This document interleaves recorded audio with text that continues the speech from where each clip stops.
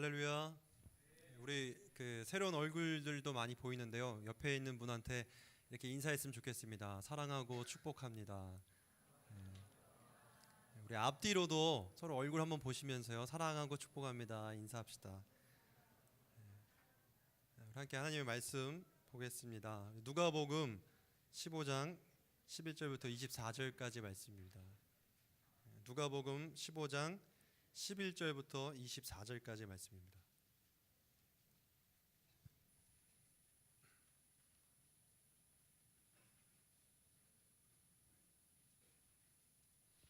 우리 말씀을 저와 여러분들이 교독하면서 읽겠습니다. 또 이르시되 어떤 사람에게 두 아들이 있는데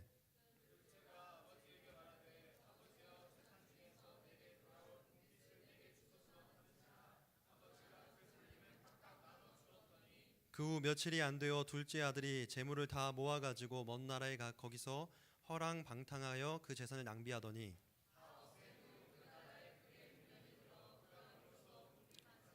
가서 그 나라 백성 중 한 사람에게 붙여 사니 그가 그를 들로 보내어 돼지를 치게 하였는데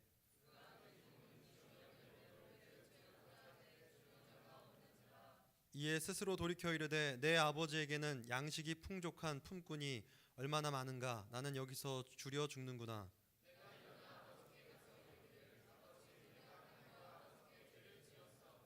지금부터는 아버지의 아들이라 일컬음을 감당하지 못하겠나이다. 나를 품꾼의 하나로 보소서 하리라 하고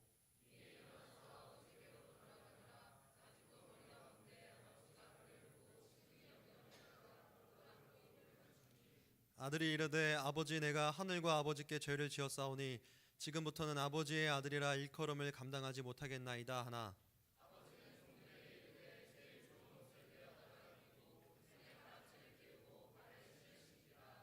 그리고 살찐 송아지를 끌어다가 잡으라. 우리가 먹고 즐기자. 이내 아들은 죽었다가 다시 살아났으며 내가 잃었다가 다시 얻었노라 하니 그들이 즐거워하더라. 아멘. 우리 시간에 하나님은 어떤 분이신가 라는 제목으로 강대성 목사님께서 말씀 전해주시겠습니다. 할렐루야. 네, 여러분 반갑습니다. 지난주에 우리 새생명 마을축제 정말 성황리에 마쳤고요. 우리 집어 보시면 이 결과에 대해서 이렇게 간략하게 이렇게 적어놨습니다. 우리 새가족 한 50여 분 오셨고, 그리고 우리 기신자 한 160여 분 오셨고요. 그리고 지난주에 보니까 뒷자리에 이렇게 다른 교회 청년부에서 또 탐방도 오셨어요. 그래서 아무튼 많이 오셨어요. 그래서 여러분 많이 수고하셨고, 특별히 오늘 새가족분들 지난주에 이어서 오신 분들도 여기 많이 계십니다. 그래서 지난주에 말씀드린 대로 우리 시리즈 설교를 하려고 합니다. 이제 하나님은 우리에게 왜 필요한가, 하나님이 왜 필요한가에 대해서 지난주에 나눴죠. 오늘은 하나님은 어떤 분이신가 따라해 보실까요? 하나님은 어떤 분이신가?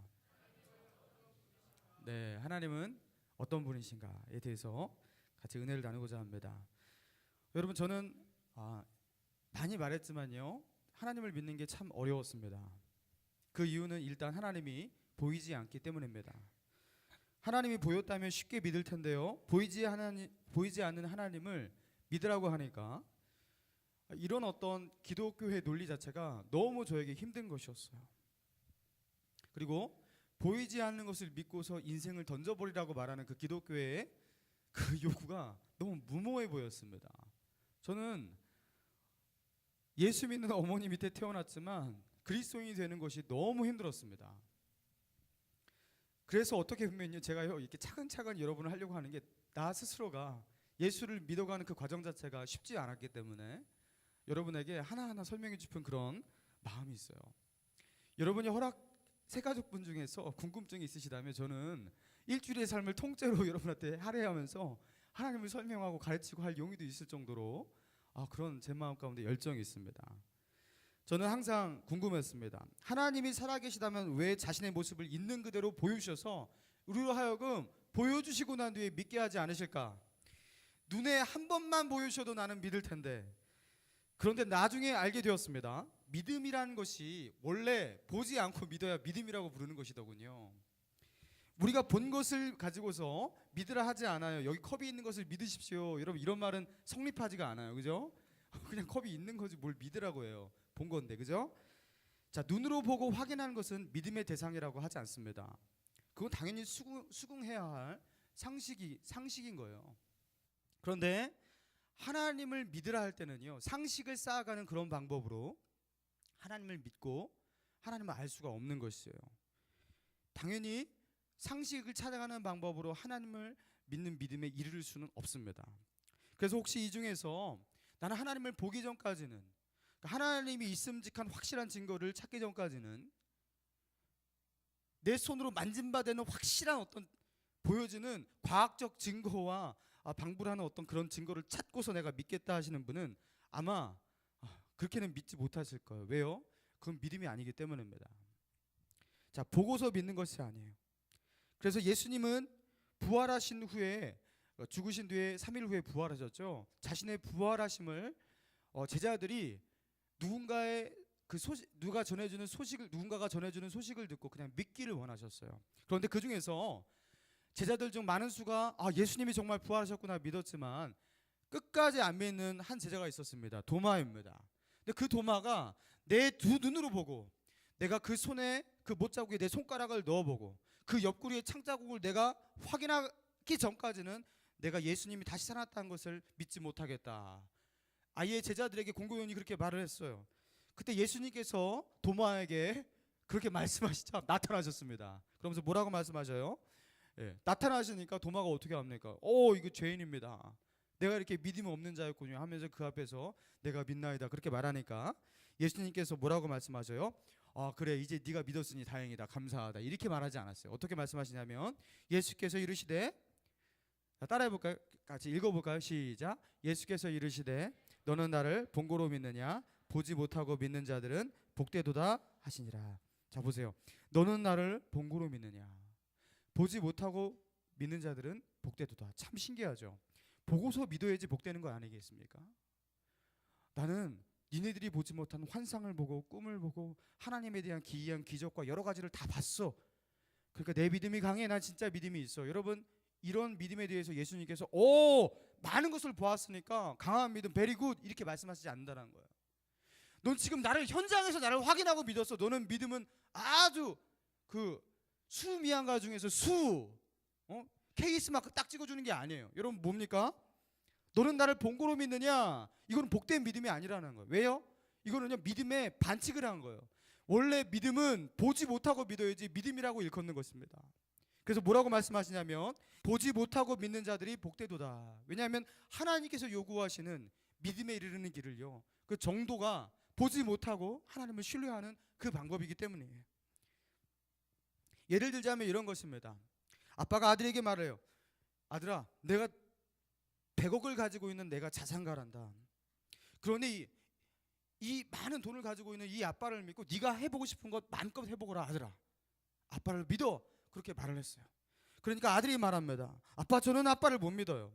아빠가 돈 그 100억을 그 현찰을 내 앞에 쫙 깔아놓고 나 100억이 있다는 것을 보여주시면 그때서야 내가 아빠가 100억이 있다는 것을 믿고 내가 뭔가를 해보겠습니다. 여러분, 그렇게 말을 했어요. 그래서 아빠가 그러냐? 그래서 아빠가 현찰을 은행에다가 다 잔고를 빼갖고요 100억을 쫙 그 앞에다 깔아놨어요. 그리고 아들이 그걸 봅니다. 이제야 아버지를 믿습니다. 여러분, 이게 믿음인가요? 여러분, 이건 믿음이라고 하지 않아요. 여러분, 그러고서도 믿지 않는 것은 그건 약간 이렇게 맛이 간 거죠. 그건 믿음이라고 하지 않습니다. 아빠를 신뢰하지 않았던 것이에요. 믿음이란 말씀하시면 믿는 거예요. 신뢰하는 거예요. 믿음이라는 것 자체가 눈으로 확인하지 않고 신뢰하는 작업을 의미하는 거예요. 그 자체가. 그래서 믿음은 원래부터 본질상 그 안에 불확실성이 있습니다.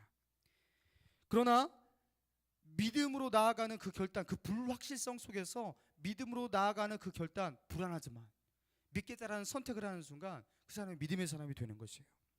그러나 앞뒤 따지지도 않고 알아보지도 않고 무조건 믿으라. 여러분, 이건 뭐예요? 맹신이라고 합니다. 아무것도 알 필요도 없고 그냥 믿어라. 여러분, 그런 믿음도 또 아니에요. 우리가 하나님을 볼 수 없을 뿐이지 하나님에 대해서 알아볼 수 있습니다. 여러분, 이 신구약 성경 66권이 바로 하나님에 대해서 알기 위해서 알아보라고 이 성경을 우리에게 주신 거 아니겠습니까? 우리는 하나님을 알 수 있어요. 그리고 이것을 읽으면서 하나님이 어떤 분이신지 우리가 눈으로 보지 못했지만 이 말씀의 근거에서 너희가 믿으라 했을 때 그 믿음의 초청 가운데서 응하는 거, 여러분 이게 믿음인 것이에요. 자, 그래서 오늘 새가족분도 많으신데요, 우리가 하나님을 볼 수 없어도 하나님에 대해서 우리가 이야기를 들을 수 있습니다. 하나님에 대한 지식을 알아갈 수 있습니다. 그래서 지금 이 시간 우리가 어떤 마음을 가지고서 말씀을 들으면 되냐면요, 우리 기신자도 마찬가지예요. 이 가운데 교회에서 몇 년간 또 몇 달간 이렇게 교회에 출석했지만 아직 예수 그리스도를 인격적으로 만나지 못한 분, 자기의 인생이 하나님께 맡겨지지 못한 아직 크리스찬이지만 무리만 크리스찬인 분 있으실 거예요. 그분은 다시 예수님을 새롭게 만나셔야 돼요. 그래서 오늘 이런 마음으로 말씀을 들었으면 좋겠습니다. 정말 그분이, 그 하나님이란 분이 내가 정말 신뢰할 만한 분인가 아닌가. 어떤 사람들은 그 하나님에 대해서 신뢰하지 못하다 하고서 안 믿고, 어떤 사람은 그분은 신뢰하다, 신뢰할 만하다 하고서 그분을 믿고 따르는데, 그분이 과연 어떤 분이신가, 이런 마음을 가지고 한 말씀을 들어보는 거예요. 그래서 지난 주일 왜 하나님이 필요한가, 하나님이 우리에게 절실한 이유에 대해서 우리가 배웠습니다. 이번에는요, 하나님이 어떤 분이신가에 대해서 우리 같이 한번 살펴보기를 원합니다. 자, 먼저 한번 따라해 보실까요? 자, 잃어버리신 하나님. 예, 하나님은 제가 두 문장으로 설명하려고 하는데요, 하나님은 첫 번째 잃어버리신 하나님입니다. 자, 오늘 본문을 보면요, 예수님께서 하나님이 어떤 분이신지 예수님이 하나님을 설명하고 있어요. 그러니까 이 예수님의 설명은요, 매우 신뢰할 만한 하나님에 대한 설명이죠. 자, 그런데 오늘 이 비유, 일명 탕자의 비유라고 하죠. 탕자, 돌아온 탕자의 비유라고 우리 기신자들은, 이미 교회 다니고 계신 분은요 잘 알고 있는 비유입니다. 그리고 이 탕자라는 말이 무슨 뜻이냐면, 처음 들어보신 분도 계실 거예요. 이 방탕한 사람을 탕자라고 합니다. 방탕한 사람. 자, 그런데 이 비유는 예수님께서 하나님에 대해서 설명하기 위해서 예수님께서 드신 비유지 사실적 이야기는 아니에요. 그래서 하나님이 어떤 분이신지, 하나님이 우리에 대해서 어떤 마음을 갖고 계신지 예수님이 그걸 설명하고 싶어서, 우리에게 알려주고 싶어서 이 비유를 드신 것이에요. 자, 11절과 12절 같이 한번 읽어보겠습니다. 시작. 또 이르시되 어떤 사람에게 두 아들이 있는데 그 둘째가 아버지에게 말하되 아버지여, 재산 중에서 내게 돌아올.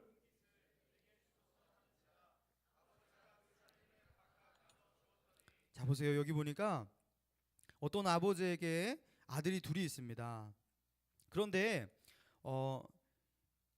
이 본문의 이 패러그래프의 첫 번째 앞부분에서는요, 둘째 아들과 아버지와의 관계를 말하고 있어요. 자, 그런데 자, 본문을 보세요.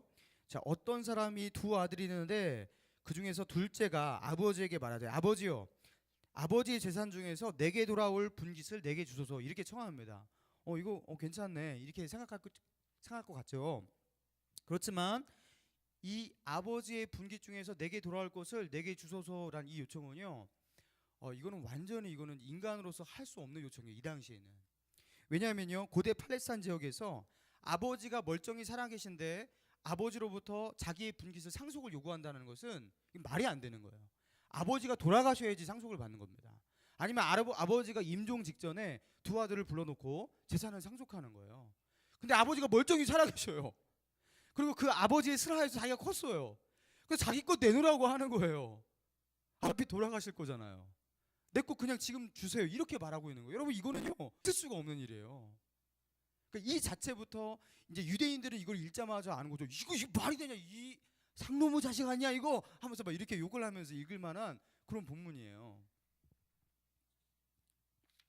자, 그런데 여러분, 이것은요 우리가 어떤 것을 말하냐면요, 왜 이런 정말로 말도 안 되는 이런 배은망덕한 자식에 대해서 예수님께서 그리고 있냐.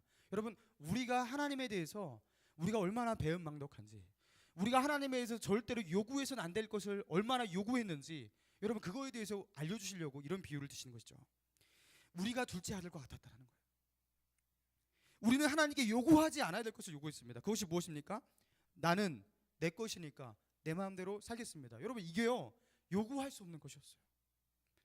지금은 개인의 인권 사상, 그리고 자기의 몸은 자기가 주권을 가지고 있는, 그쵸, 내 마음대로 할 수 있다라는 이런 어떤 사상과 이런 생각들이, 그쵸, 많이 퍼져 있기 때문에 나는 내 거니까, 여러분 이게 당연하지만 여러분 그렇지 않아요. 기독교적 세계관 속에서 나는 내 것이 아닙니다. 마치 나는 내 것이니까 내 인생 내 마음대로 할 테니까 참견 말고 내 인생 내 마음대로 할게, 나를 놔두세요. 여러분, 이건 무엇을 말하는 거냐면, 에덴 동산에서 하나님께서 절대로 건들지 말라는 선악과를 아담과 하와가 따먹을 때 어떻게 그 선악과를 먹었습니까? 내가 내 손으로 내가 먹고 싶은 것을 따먹는데 하나님 당신이 뉘기에 이것을 금지하십니까? 하면서 그것을 먹었던 거예요. 그러니까 하나님의 주권을 거부하는 행위가 그 선악과를 먹는 행위 아니었습니까? 여러분, 그게 죄라고 하잖아요. 하나님의 주권을 침노하는 것, 그리고 하나님의 주권을 인정하지 않는 것, 그리고 하나님의 주권 외에 자기의 분깃과 자기의 영역을 만들어 놓고 자기의 주권을 선포하는 것. 여러분, 죄는, 진짜 죄는 이런 것이에요.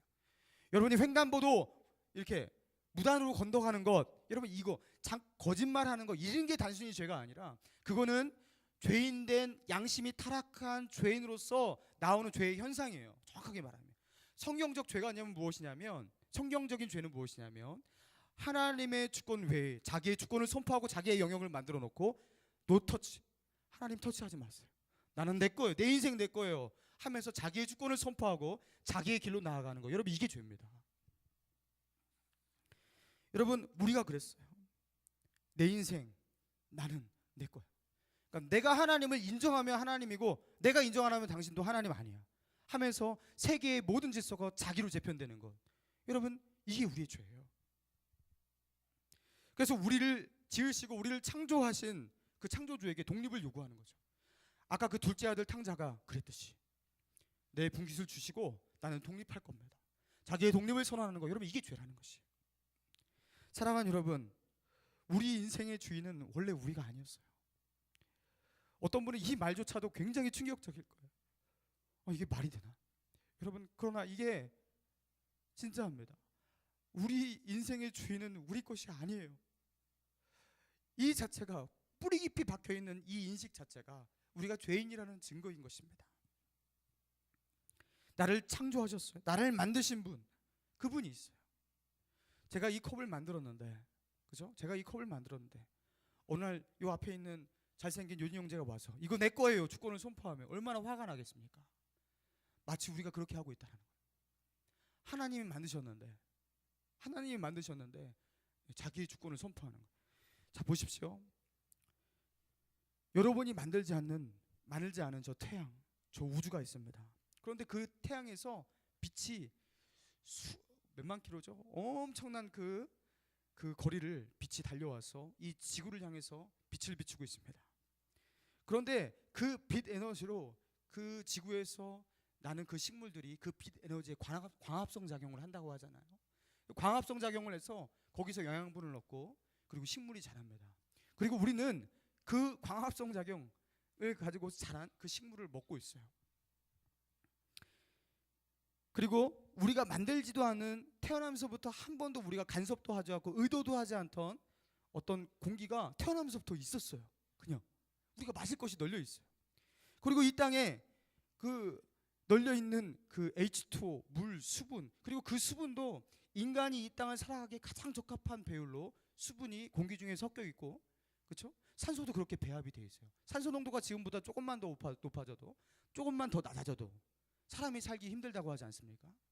그리고 태양과 지구 사이의 거리가 조금만 더 멀어져도, 조금만 더 가까워져도 태양은 불타거나 아니면 모두가 그 남극같이 이렇게 다 얼어버린다든가 그렇게 된다고 하지 않습니까? 그리고 태양과 지구가 이렇게 축이 약간 이렇게 기울어져서 자전을 하고 있는데 그 축이 살짝만 삐뚤어져서 이렇게 바로 선다든가 아니면 더 삐뚤어진다가 해도요, 지구에는요 대혼란이 온다고 하지 않습니까? 여러분, 그런데 모든 자전과 공전과 행성, 그리고 달도 되게 중요하대요. 이 달이 없으면 안 된대요. 이 모든 행성, 이 모든 구조가요, 인간이 여기 이곳에 살기에 가장 적합한 상태로 우리의 의도와 전혀 상관없이 인류가 한 번도 디자인한다 한 적이 없는 이 세계가 그대로 그냥 태어나면서부터 주어져 있었어요. 아무것도 우리가 의도하지 않았어요. 그냥 주어져 있었어요. 우리가 마실 공기가 있었고 먹을 수 있는 물이 있었고, 그리고 저 태양에서 비치는 그 빛에 의해서 식물이 자라고 우리는 그것을 먹는 이 모든 것. 여러분, 가만 생각해 보세요. 도대체 여기에 우연으로 어느 날 갑자기 이 모든 것이 다 됐다. 여러분, 이게 되냐고요. 그래서 하나님은요, 바울은 그렇게 말합니다. 사람이 복음을 듣지 않아도요, 만물을 보아도 하나님의 신성이 거기에 깃들어 있기 때문에, 하나님의 손길이 깃들어 있기 때문에 그것만 봐도 하나님이 살아계심을 사람들은 부인치 못하리라. 그래서 예수 그리스도의 복음이 증거되지 않은 곳에 있는 사람들 생각하잖아요, 우리가. 그죠? 저기 어떤 무인도에 착하게 살다가 혼자 죽은 그 사람은 지옥 갈까요, 천국 갈까요? 여러분, 그런 사람은요, 뭘 가지고 하나님 판단하시냐면 만물 가운데 하나님께서 깃들이신 하나님의 신성과 하나님의 그 손길 앞에 이 사람이 감사를 했는가 안 했는가. 하나님이 그걸 일반 계시라고 합니다. 그걸 가지고서 이 사람을 심판하신다고 해요. 사람은 애써 진화론이라는 가설로 이 모든 것을 설명하려고 합니다. 여러분, 그런데 아십니까? 진화론을 성립시키기 위해서 풀어야 될 수많은 난제, 그리고 그 수많은 난제를 풀기 위해서 과학자들이 달려들었어요. 그런데 그 과학자들이 달려드는데 이 난제를 풀기가 너무나 어려워서 수많은 진화론자들이요, 이 진화론에 대한 회의를 느끼고 종교를 갖고 신본주의로 다시 회귀하는 그런 기이한 일들이 세계 가운데서 일어나고 있다는 거 여러분 아십니까? 진화론의 호구성이요, 너무 많이 드러나고 있는 거예요. 설명이 안 됩니다. 설명이 안 됩니다. 그래서 여전히 가설로 남고 있는 게 진화론이에요. 그런데 성경은 말하고 있죠. 사람이 창조한 세계가 아니라 하나님이 창조한 세계고, 그리고 이 땅 가운데 만물을 지배하고 있는 사람조차 하나님이 창조한 것이다. 그래서 이 땅과 이 세계와 그 안에 거하는 모든 것의 주인이 사람이 아니라 하나님이다. 여러분, 그런데 우리는 아직 멀쩡히 살아계신 저 하나님을 놔두고 어떻게 하는 거예요? 이것은 내 것입니다, 내 영역입니다 하면서 자기의 주권을 선포하고 자기의 영역을 만들어가는 것, 이게 바로 둘째 아들, 그렇죠? 아버지에게 자기의 분깃을 요구하면서 아버지와 돌림하려는 그런 우리의 죄라는 것이에요. 그래서 우리는 이 둘째 아들과 같이 하나님을 잃어버렸습니다. 하나님과 분리를 선언하고 자기의 영역을 선포해서 하나님을 잃어버렸어요. 그리고 하나님은 우리를 잃어버리셨어요. 그래서 하나님은요, 상실하신 하나님이에요. 인간을 창조하셨을 때 인간이 살기에 가장 적합한 모든 환경을 만드시면서 그 가운데 맨 나중에 6일째 되는 날 인간을 만드셨다고 나와요. 그리고 인간을 만드실 때 하나님의 형상대로, 우리가 우리의 모양대로 사람을 만들자 하시면서 사람을 만드셨는데, 여러분, 그 사람이 하나님 척하는 것, 하나님인 척하는 것, 주인 행세하는 것, 여러분, 그게 우리의 죄라는 것이죠. 여러분, 그렇다면 하나님은 상실하신 하나님이고 우리도 하나님을 상실했어요. 여러분, 그럼 하나님을 상실한 인간의 모습은 어떤 상태가 됩니까? 여러분, 오늘 본문 계속해서 읽어볼까요? 13절입니다. 13절에서 16절까지 쭉 읽겠습니다. 13절에서 16절까지. 자, 같이 한번 읽겠습니다. 시작. 그 후에 며칠이 안 되어 둘째 아들이 재산을 모아가지고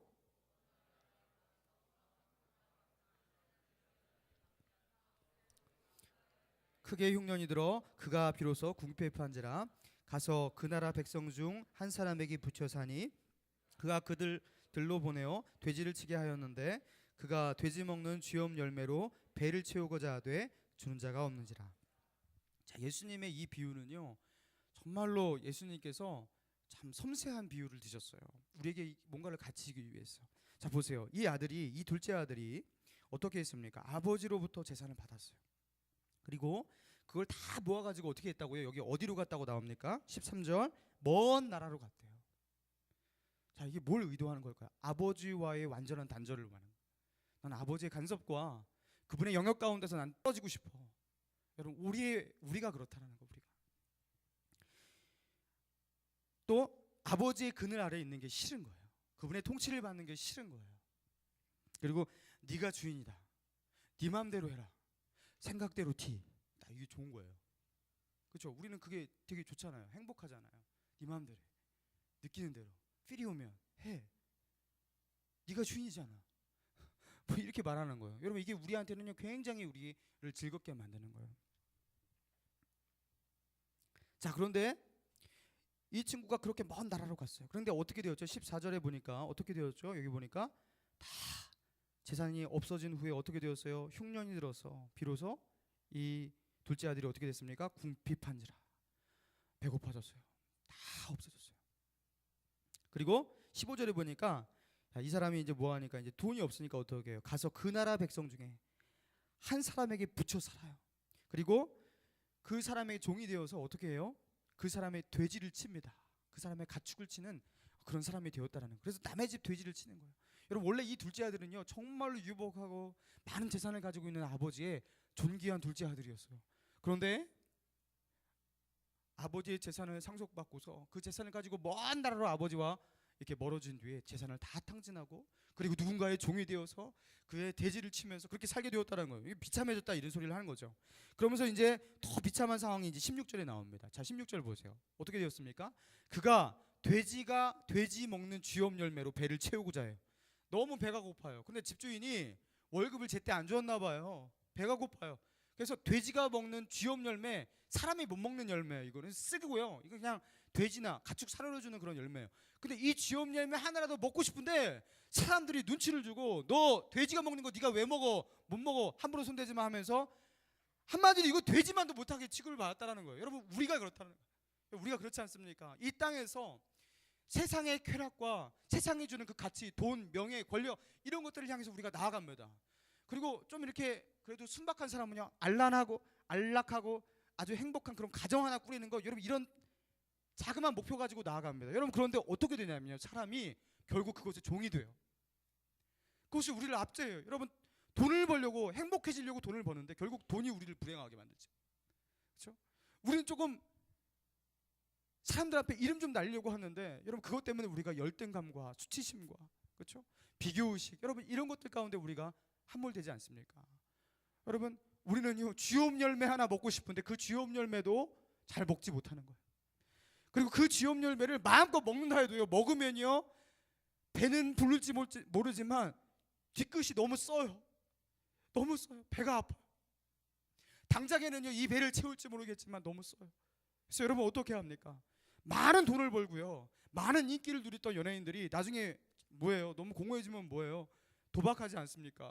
여러분 마약하지 않습니까? 쾌락의 끝이 그거래요. 사람이 이룰 수 있는 모든 목표를 성취하고 모든 것들을 다 얻으면요 사람이 더 이상의 쾌락을 이제 추구하잖아요. 더 나은 거 이거 추구하는데 그 끝이 뭐냐면 마약과 도박이라고 합니다. 그래서 모든 것을 이룬 사람은요 결국에 이 유혹을 떨칠 수가 없대요. 왜냐하면 더 큰 쾌락이 있어야 되니까.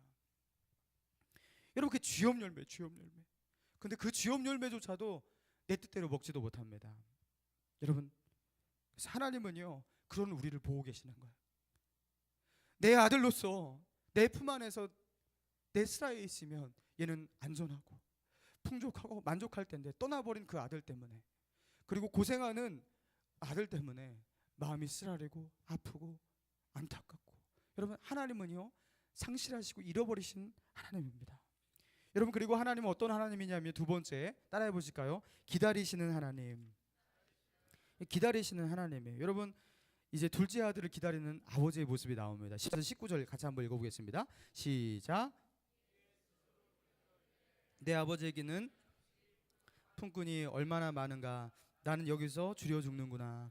내가 일어나 아버지께로 가서 이르기를 아버지 내가 하늘과 아버지께 죄를 지었사오니 지금부터는 아버지의 아들이라 일컬음을 감당하지 못하겠나이다.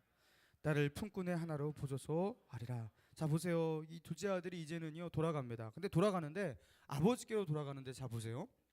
어떤 동기로 돌아가냐면 가만히 생각해 보니까 나는 죽일 놈이야. 이거는 정말로 배은망덕한 놈이야. 아버지가 주신 은혜가 무엇인데 하면서 어느 날 이것을 깨닫고 자기가 죄인인 것을 깊이 깨닫고서 돌아간 그런 사람이 아니에요.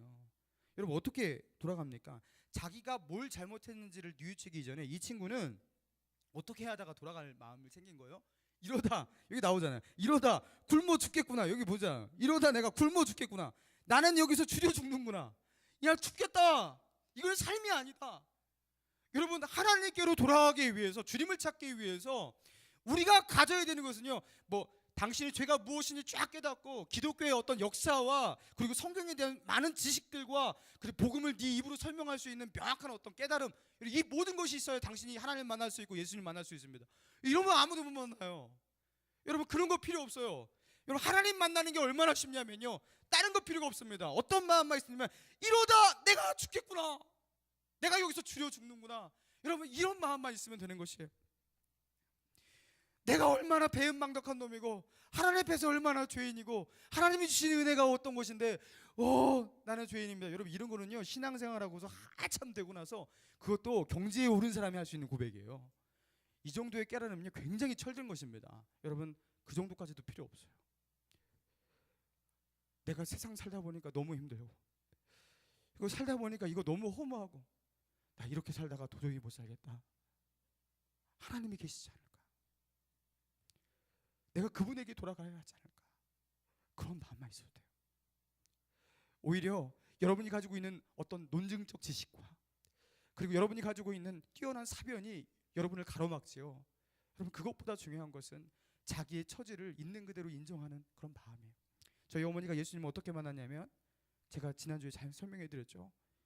어떤 병원을 가도 우리 어머니의 병명을 병원에서 가르쳐주지 못했고요. 의사도 다 포기했어요. 저희 가족조차 포기했어요.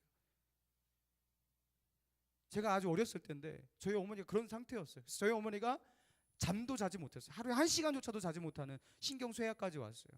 그래서 어머니가 죽음을 예감하셨답니다.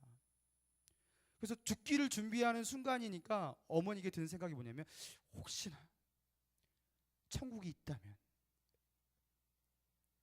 내가 죽을 날이 이제 오늘 내일일지 모르니까 혹시나 천국이 있다면 이 생각이 드셔서 동네에 있는 작은 감리교회를 찾아갔던 거예요. 그리고 두 번째, 세 번째 갔을 때 어느덧 그냥 하나님을 믿고 있고 그리고 어느덧 그 병이 다 나버린 거예요. 여러분 다른 것이 아니에요. 하나님은 지식으로 만나는 것이 아닙니다. 여러분 그러면요 세상에서 지식이 없고 배운 것이 없고 글자를 모르는 이런 사람들 어떻게 하나님을 만나겠습니까? 그렇게 만나는 게 아니에요. 자기의 처지를 그냥 알면 됩니다. 내가 이러다 죽겠구나.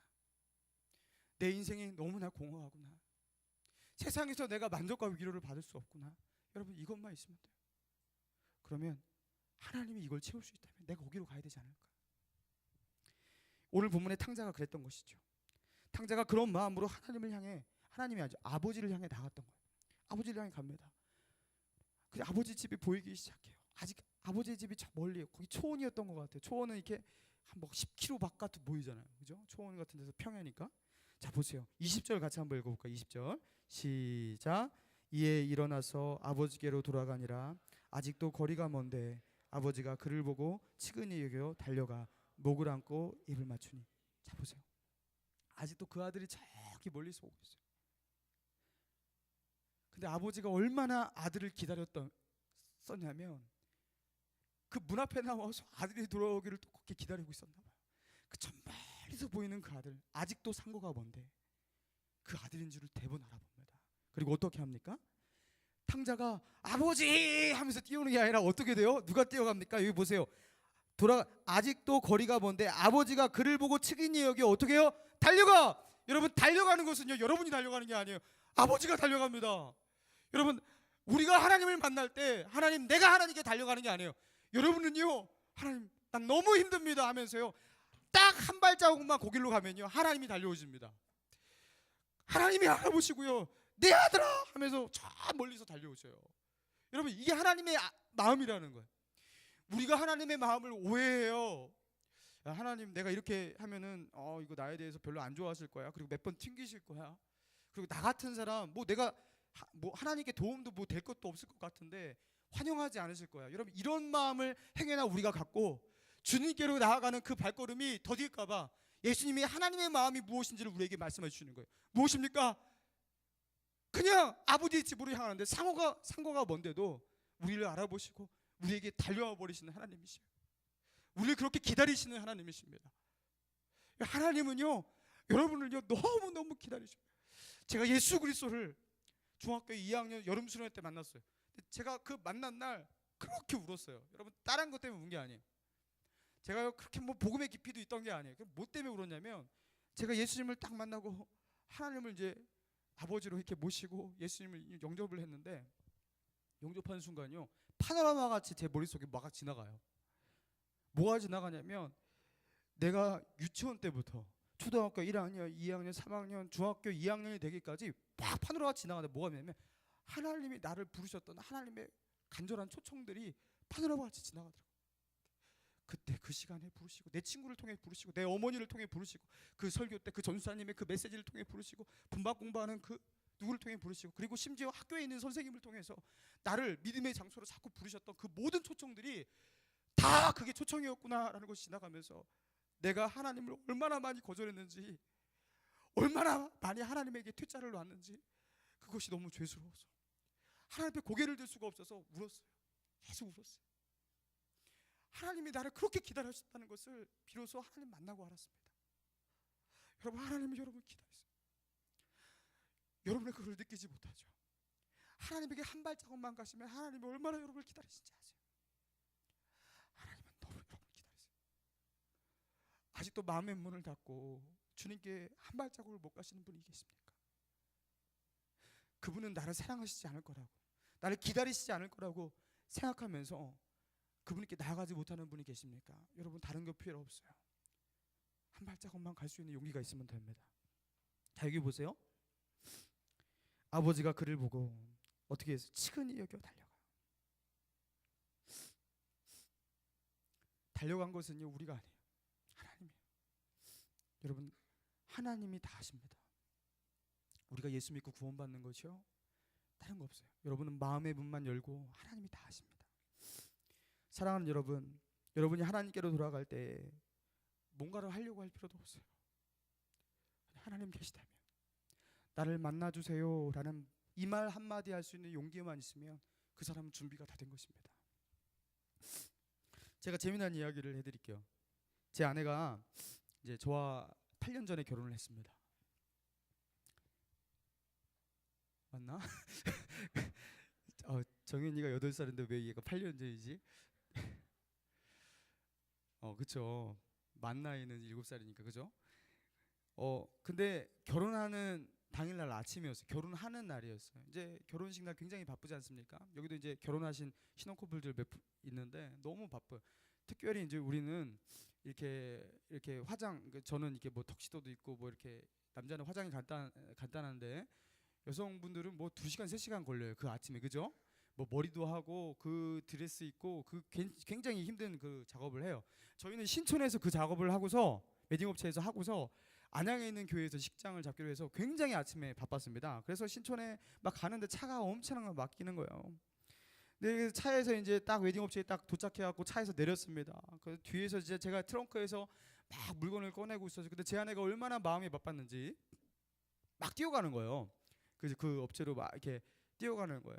막 뛰어가는 거예요. 그래서 제 아내가 아내가 엘리베이터를 빨리 잡아놔서 이렇게 물건을 같이 이렇게 싣고 올라가려고 저거 하는 거구나 하면서 저는 이제 물건을 꺼내고 이걸 양손에 들고 막 이렇게 하면서 갔어요. 근데 아내가 없어요. 올라가 버렸어요. 그래서 설마 올라간 거 아니겠지? 설마 이건 아니겠지 했는데 올라갔어요. 빈손으로. 와, 근데 그때부터 마음이 서운해지기 시작하는데, 제가 웬만하면 서운해지지 않는데요, 어떤 생각이 드냐면, 오늘이 결혼하는 첫날인데 첫날도 나를 안 기다린 이 사람이 평생 어떻게 나를 기다리면서 나를 참아주면서 나와 같이 걸을 수 있겠는가 하면서, 와, 이건 이 여자, 나도 성격 급한데 이 여자는 진짜 안 되겠다 하면서 막 그런 마음이 드는데, 정말요, 제가 차로 2번 왔다 갔다 하면서 짐을 이렇게 넘기고 엘리베이터 타고 올라가는데 별의별 생각이 다 들었어요. 너무 마음이 상했습니다. 기분이 너무 안 좋았어요. 그런데 이제 신부 화장을 하고 막 그러지 않아요. 그러면 거기서 이제 신부 화장하면은 갑자기 변신 딱 하잖아요, 그죠? 갑자기 막 이렇게 예전의 모습과 전혀 다른 변신 딱 하잖아요, 그냥. 그래서 이게 누구야? 그러면서 이렇게 깜짝 놀라잖아요. 그래서 이제 신랑이 그때는 이게 설마 이게 얘가 하면서 막 확 놀래고 막 그럴수록 더 좋아하잖아요, 자매들은. 막 그래서 내가 내가 그렇게 이뻐 하면서 막 이렇게 그런 날이잖아요, 그날은.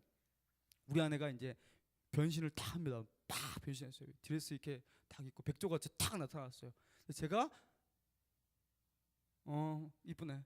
이렇게 하면서 그냥 끝났어요. 제가 반응을 우와 이렇게 해줘야 되는 거예요. 그때 우와 하면서 우와 이게 되게 이뻐 막 이렇게 해줘야 되는데 이쁘네 이렇게 하고 가자. 갔어요. 차 안에서 제 아내가 그때 마음이 상해서 그때부터 이제 말을 안 하기 시작하는데요. 저희는 결혼식 날 정말로 완전 초상집이었습니다. 진짜. 다른 이렇게 친척이라든가 이게 있을 때만 우리 아내도 아버님 하면서 막 웃고, 저를 볼 때는 완전히 쌩하고, 저희는 진짜 완전 형식적으로 여기서 이렇게 이렇게 뽀뽀하라면 그냥 하고 뭐 이렇게 정말 힘들었습니다. 저도 힘들었고요. 우리 아내도 힘들었고 말이 아니었어요. 여러분 결혼식이 끝났습니다. 집으로 돌아갔어요. 여러분 어떻게 됐겠습니까? 들어가자마자 옷 벗고 싸우기 시작하는데 우리 앞으로 살까 말까. 저는 결혼식 안 첫날 결혼을 방금 했는데 당신 나하고 살 수 있을까 없을까. 여러분 정말로 저는 그럴 줄 몰랐어요.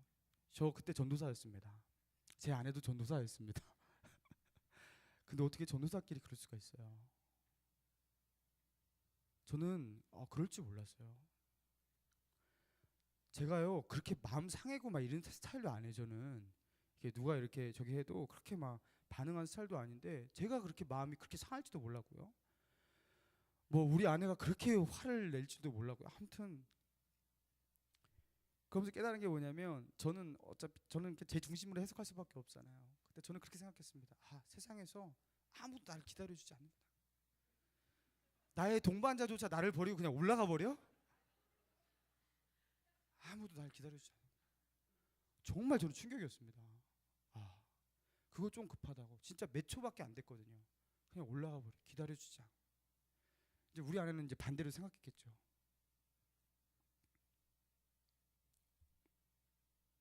여러분, 제가 결혼해서 아내하고 여러분이 그게 꿈에 그리던 그 결혼 이제 제가 이제 해봤잖아요. 제 아내하고 두 손을 잡고 같이 한 자리에 누워 한 이불을 덮고 자도요. 외로워요. 이 정도 같이 살고 마음을 나눴으면 이신전심이 되고 서로 마음을 알아주고 만져줄 수 있어야 되는데요. 참 희한하죠. 그래도 너는 너고 난 나예요.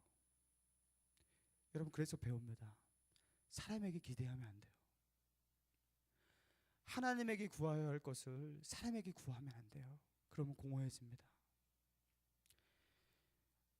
언젠가 나를 구해줄 그 백마탄 왕자, 여러분 그분을 기대하면서 그 희망 가지고 살아가시는 분 자매님이 있으시죠? 김태희같이 예쁘고 똑똑하진 않지만 그래도 내 눈에 너무나 아름답고 이쁜 그 자매와 알콩달콩 살 그날을 기다리면서 행복을 꿈꾸시는 분 계시죠? 여러분 사람에게 기대하면 안 돼요. 우리의 진정한 망정은요 하나님께서 나오는 거예요. 하나님께서. 그분을 만나야지 비로소 마음 가운데 위로가 되고요. 하나님과 같이 한 자리에 누워야지 외롭지가 않습니다. 하나님으로 채워줘야 될 것을 그 쥐엄 열매로 채우면요 배만 쓰립니다. 하나님으로 채워줘야 돼요. 여러분 유명한 독일의 실존 철학자 하이데거가 있죠. 덴마크인가? 제가 졸업한 지 오래돼 갖고 하이데거. 이 하이데거가 그런 말을 했습니다. 사람은 세상에 내던져져 있다. 사람은 밑도 끝도 없이 앞뒤 상황과 맥락 없이 이 세상에 태어날 때 어떻게 내던져진지 태어나다는 거. 맥락도 없이 왜 살아야 될지 이유와 목적 이런 모든 것들을 주어진 상태로 넌 이렇게 살아 이 방향대로 살아 너는 이런 사람이야 이런 정체성 뭐 이런 것들을 가지고서 딱 태어나면요 그럼 우리는요 그렇게 살면 되거든요. 그러면요 되게 안정적이잖아요. 그 목표를 성취하고 그 방향성대로 그냥 살면 되거든요. 그런데 우리가 이 땅에 태어날 때 모든 인간은 하나같이 아무 맥락과 그렇죠? 어떠한 이유와 목적 어떤 것도 프로그래밍 되지 않은 상태에서 그냥 딱 내던져 있어요. 그래서 인간은요 인간이 인간다운 물음을 첫 번째 하시기에 딱 나오는 대답은 뭐냐면 나는 누구지? 여기는 어디지? 그리고 나는 왜 살지? 여러분 이런 질문이에요.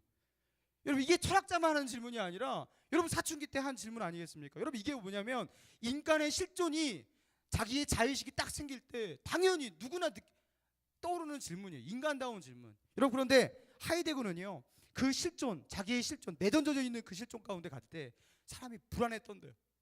모르니까요. 답이 없거든요. 나는 누구지? 여기는 어디지? 답이 없어요.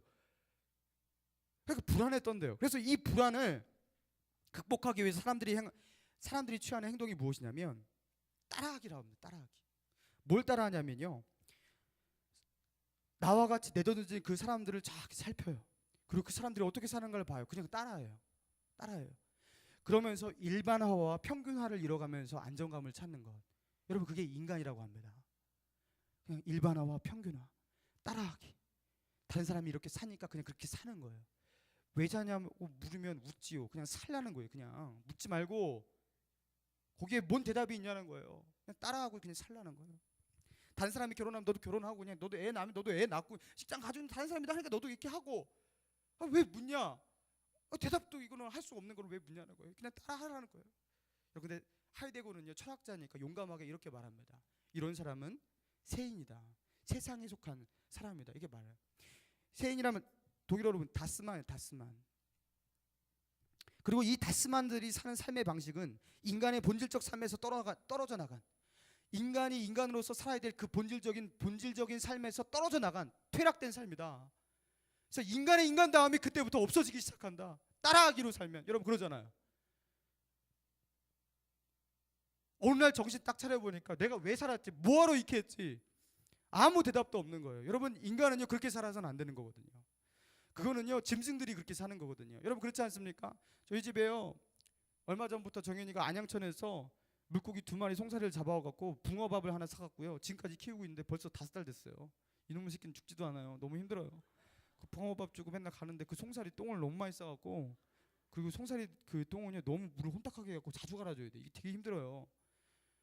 그래서 이 붕어밥이 다 떨어지면은 이제 끝나겠거니 하는데 붕어밥이 너무 많이 남아갖고 이걸 어떻게 할까 너무 힘들어요. 여러분 근데 참 희한한 게 뭐냐면, 이 쬐그만 송사리 같은 놈이 이제는요 이게 익숙해졌나 봐요. 너무 행복해요. 저희가 이렇게 먹는 거를 딱 4개 떨어져 주거든요. 그러면 얼마나 신나하는지.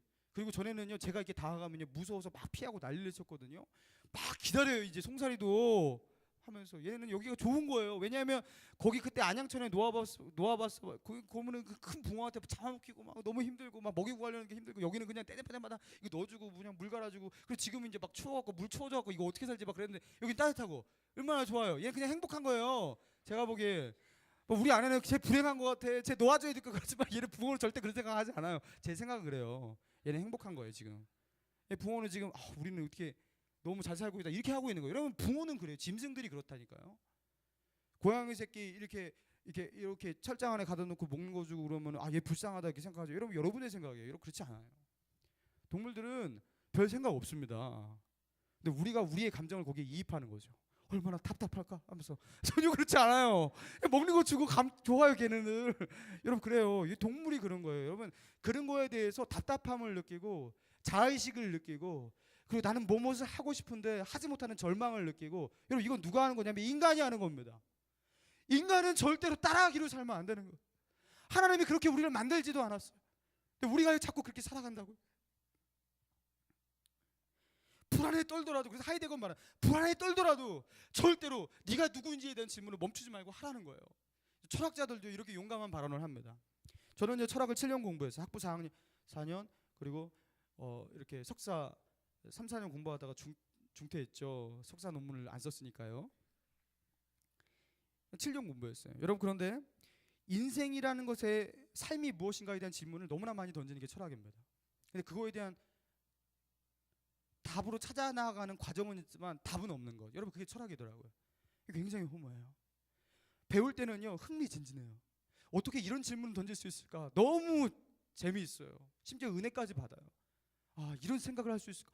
와 하면서 이 인문학이 깊이 확 들어가면서 나도 천재인가 하면서 막 이렇게 들어가요. 그렇지만 그 끝이 너무 써요. 결국 답이 이거죠. 없잖아. 답이 없잖아. 제가 학부 때 기억이 있습니다. 당돌하게 교수님을 찾아가서 물었어요. 그러니까 교수님 말한 그 칸트의 그 자유라는 게 결국 이거잖아요.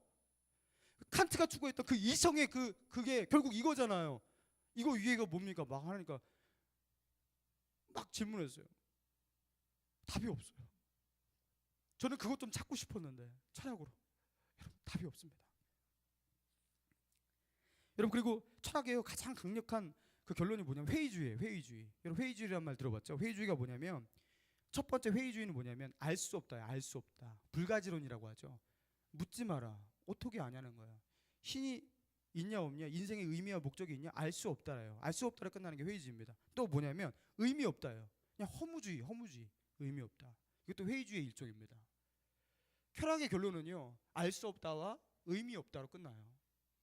그러니까요 배울 때는 너무나 달콤한데 끝이 너무 써요. 쥐업 열매입니다. 그러나 성경은요, 태초에 하나님이 천지를 창조하시니라고 시작합니다. 하나님이 나를 만드셨다고 만듭니다. 그리고 우리가 단순한 작은 물건을 만들더라도 아무 이유 없이 만들지 않아요. 거기에는 자기의 만드는 제작의 목적과 의도, 그리고 거기에 쓰임새가 있어요. 여러분, 하나님께서 우리를 만드셨을 때 우리가 이 땅 가운데 살아야 될 의도, 목적, 쓰임새, 이유, 여러분 이 모든 것들이 창세기 1장 1절에서 거기 다 있는 거예요. 그리고 끝이 있습니다. 여러분, 그런데 세상에서는 그걸 찾을 수가 없어요. 여러분, 그래서 하나님은 말하는 거예요. 성경은 말하고 있는 거예요. 너는 하나님을 떠난 인생이니 너가 떠나왔던 하나님께로 돌아가라고. 불안에 떨지 말고 다른 사람 따라 살지 말고 하나님께로 돌아가라고. 다른 사람들이 주는 그런 쥐없는 열매로 네 배를 채우지 말고 모든 것을 갖고 계신 하나님께로 돌아가라고 말하는 것. 여러분, 그게 바로 성경이 호소하고 있는 것입니다. 하나님은 기다리시는 하나님이에요. 계시록 3장 20절 같이 볼까요? 계시록 3장 20절 같이 읽겠습니다. 자, PPT 띄워주세요. 예, 시작. 볼지어다 내가 문 밖에 서서 두드리노니 누구든지 내 음성을 듣고 문을 열면 내가 그에게로 들어가 그와 더불어 먹고 그는 나와 더불어 먹으리라. 자, 보세요. 하나님이 지금 어떻게 하고 계십니까? 우리에게 하시는 말씀이에요. 내가 문 밖에 서서 두드리노니. 문 밖에서 뭐 하셔요? 그냥 문을 여시면 되는데 이 문을 하나님의 손으로 강제로 열지 않으신다는 거예요. 두드리십니다. 안에서 열어줄 때까지 두드리신다는 거예요.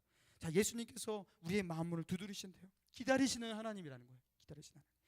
그런데 여기 보세요. 누구든지 내 음성을 듣고 문을 열면, 여러분, 사람 가리지 않는다는 거예요. 그 사람의 형편과 처지와 가리지 않는다는 거예요. 얼마나 큰 죄를 졌는지 가리지 않는다는 거예요. 누구든지 음성을 듣고 문을 열면 된다는 거예요. 이렇게 마음문을 열면, 여러분이 마음문을 이렇게 열어주기 전까지는요, 예수님은 들어가지 못해요. 왜 그렇습니까? 여러분, 귀신 들린 사람의 특징이 이런 겁니다. 귀신 들린 사람은 귀신이여 들어오시옵소서 하면서 귀신을 컨펌하고서 귀신 내 주인이여 나를 점령하시옵소서 하면서 나 인생의 주인이 되어주옵소서. 귀신 들린 사람 아무도 없어요. 누가 귀신을 좋아합니까? 심지어 무당들조차도요, 그 귀신을 떨쳐내고자 수많은 일들을 하고요, 그 귀신을 떨쳐내고자 굿도 하고요, 별의별 짓을 다 해요. 그렇지만 그 귀신이 강제합니다. 막 별의별 짓을 다 해갖고요, 할 수 없이 무당되는 사람들이 대부분이에요. 제가요, 젤라주택 마동 비공리로에 사는 그 무당님한테 찾아가고, 이분이 귀신이 이제 자기를 이렇게 무당으로 컨택을 했어요. 귀신이 찾아오는데 얼마나 집요하게 하는지 도저히 살 수 없게 만들더래요. 마지막에는 자기가 이 귀신을 이렇게 컨펌하지 않으니까요, 이 귀신이 어떻게 하냐면 자기 집안 사람들을 막 건들기 시작하고 자기의 건강을 치기 시작하고 강제적으로. 그래서 자기는 그때요, 교회도 나름대로 다녀봤대요. 근데 내가 보기에는요, 귀신이 더 센 것 같아서 자기는 그냥 어느 날 그 귀신한테 그냥 항복할 수밖에 없었대요. 여러분, 굉장히 강제적입니다. 예수님은 인격적이세요. 그분은 천하 만물을 주고 계시는 하나님이시지만 강제로 우리를 열고 들어오시지 않았어요. 강제로 우리의 주인이 돼서 우리를 압제하지 않았어요. 여러분, 우리가 마음문을 열어야 됩니다. 그분은 두드리실 분이에요. 그래서 문제는요, 하나님이 아니라 여러분입니다. 하나님은 여러분을 맞을 준비가 다 되셨기 때문이에요. 그분은 노크하고 계세요. 여러분, 그래서 지금 이 시간 하나님 앞에 마음문을 열 수 있는, 하나님으로 한 발자국만 뗄 수 있는 마음의 준비가 되신 분이 있다면 여러분, 하나님께 마음문을 열어드리는 그런 기도를 했으면 좋겠습니다. 그래서 지난주 우리가 하나님은 누구신가? 하나님은 오늘 하나님이 왜 필요한가? 그리고 오늘 하나님은 어떤 분이신가? 이렇게 했어요. 다음 주에도 예수 그리스도는 누구신가? 예수 그리스도에 대해서 하려고 해요. 여러분, 그러나 지금 준비되신 분이 제가 보기에 있거든요. 하나님께서 이미 준비되셔서 난 하나님께로 가고 싶어요. 이 탕자와 같은 모습으로 또 한 주간을 살 수 있는 자신이 없습니다. 여러분, 이런 분이 있다면 이 시간 예수님을 영접하는 시간을 갖기를 원합니다. 우리 기도문을 한번 띄워주실래요? 우리 눈을 감고 우리 한번 기도문을 일단 한번 눈을 감지 마시고요, 눈으로 한번 읽어보세요. 자, 이 기도문이 내 마음에 드는가 안 드는가 한번 보세요.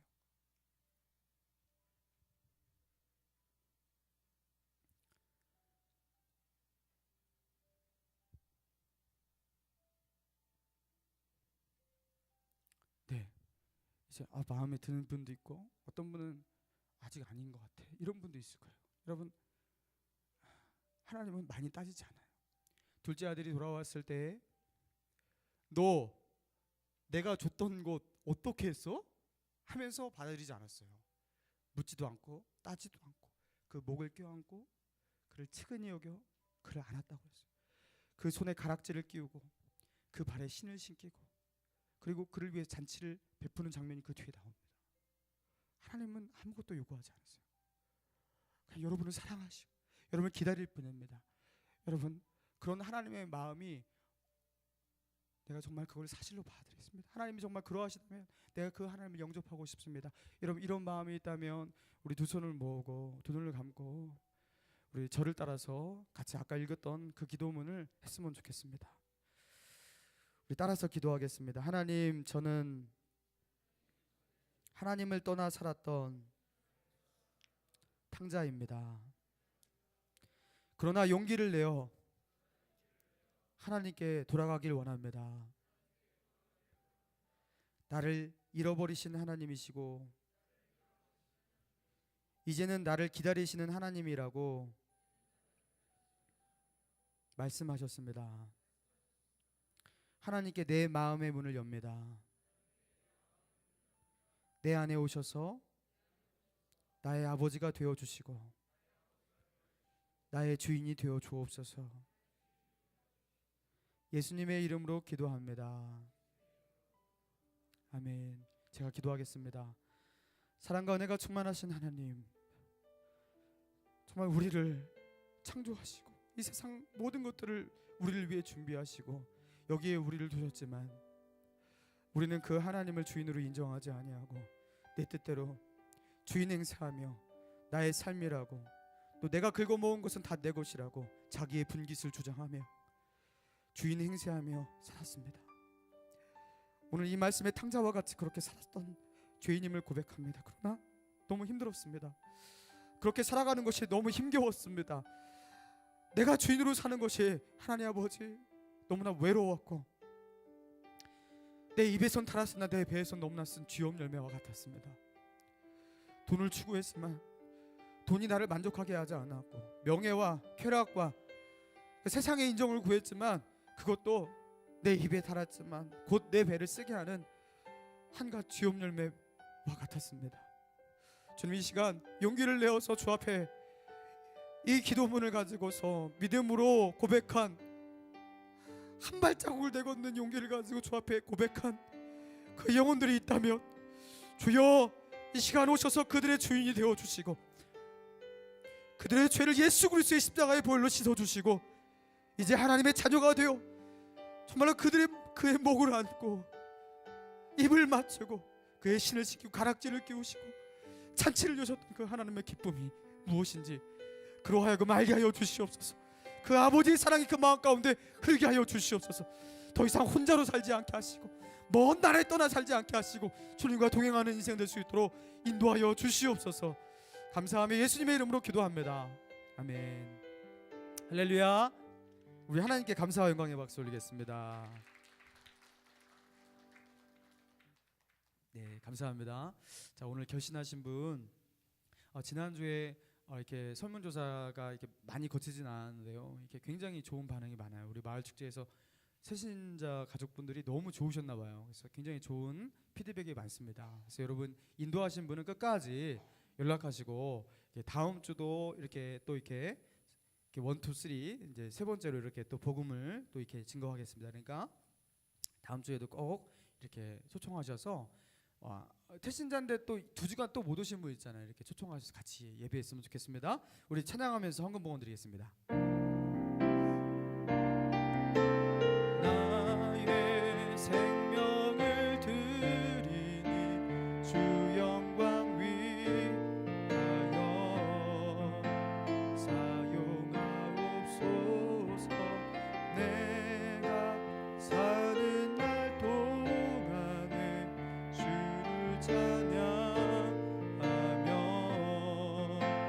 기쁨의 제물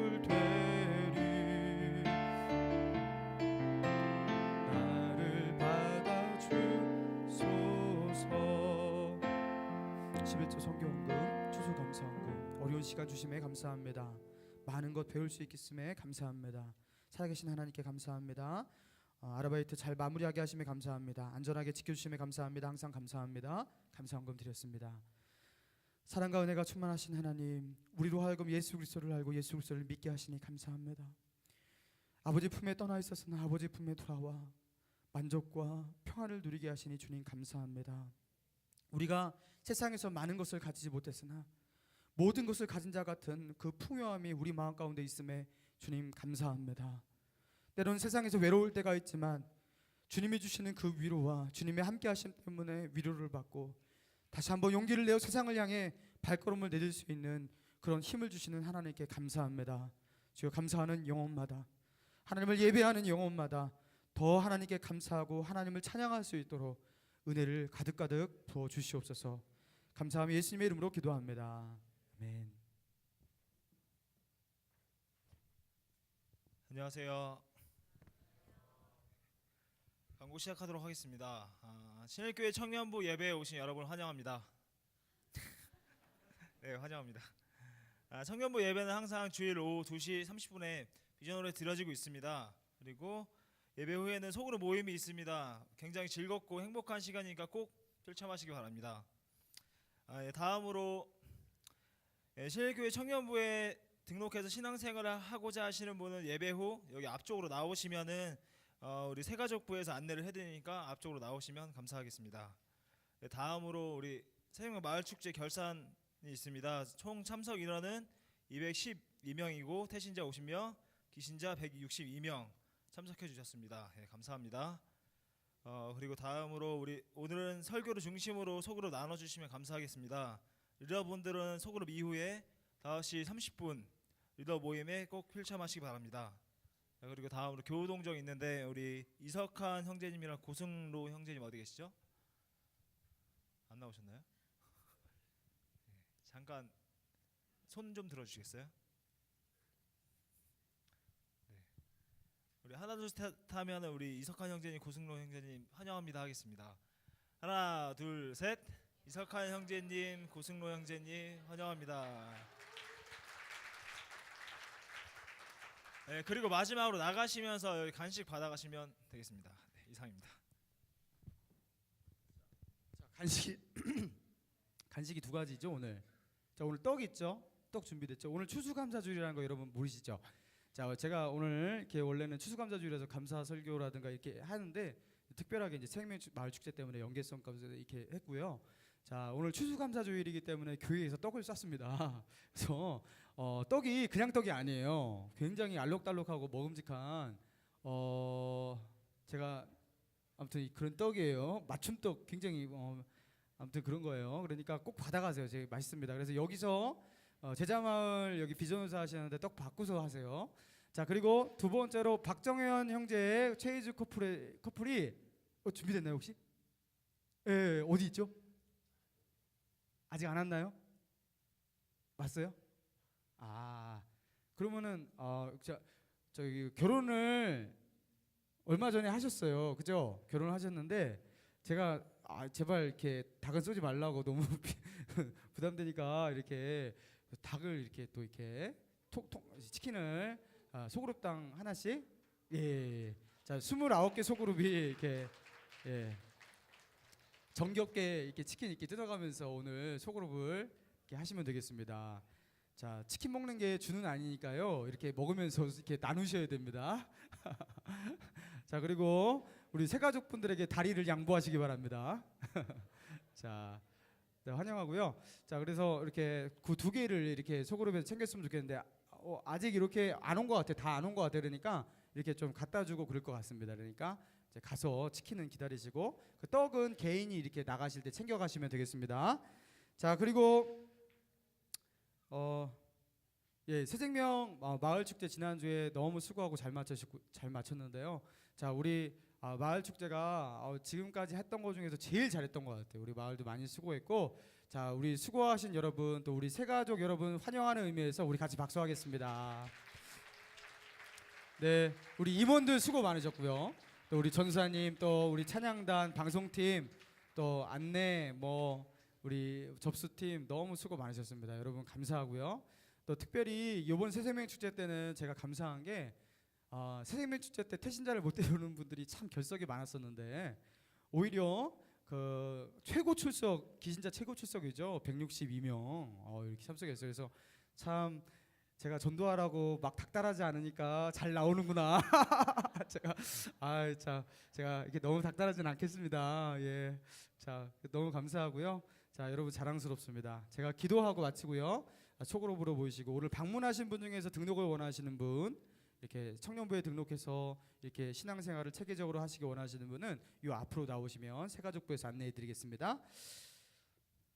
이제는 우리 주 예수 그리스도의 은혜와 하나님의 한량없는 사랑과 성령의 감화감동 충만케 하시는 역사가 이제 하나님이 어떤 분이신 줄 알고 그 하나님의 마음을 이해하며 그 하나님의 사랑 가운데 용감하게 나아가며 또 그 사랑 가운데 거하며 이 세상을 살아가기로 결단하는 우리 청년들 머리 위에 또 우리 새가족들 머리 위에 이제부터 영원토록 함께 있을지어다. 아멘.